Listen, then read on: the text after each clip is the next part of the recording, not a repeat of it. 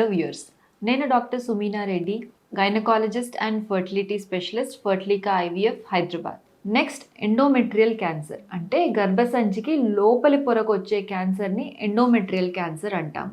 ఈ endometrial cancer మామూలుగా ఎట్లా ప్రజెంట్ చేస్తుందంటే, మీకు పీరియడ్స్ అయిపోయిన తర్వాత అంటే మెనోపాజ్ వచ్చిన తర్వాత 1 సంవత్సరం పాటు పీరియడ్స్ రాకుండా ఉండి సడన్గా బ్లీడింగ్ అయితే దాన్ని పోస్ట్ మెనోపాజల్ బ్లీడింగ్ అంటాము. ఈ పోస్ట్ మెనోపాజల్ బ్లీడింగ్ ఉన్నవారు తప్పకుండా ఒక డీటెయిల్డ్ ఇంటర్నల్ స్కాన్ అంటే ట్రాన్స్ వజైనల్ స్కాన్, దాంతోపాటు ఎండోమెట్రియల్ బయాప్సీ చేయించి ఇదేమైనా క్యాన్సర్ లాగా మారిందా అని చెక్ చేసుకోవాల్సి ఉంటుంది. దాంతోపాటు ఒబేసిటీ అంటే బరువు ఎక్కువ ఉన్నవారు, దాంతోపాటు బీపీ, షుగర్, థైరాయిడ్ ప్రాబ్లమ్స్, ఈ 4ంటిని కలిపి మెటబాలిక్ సిండ్రోమ్ అంటాము.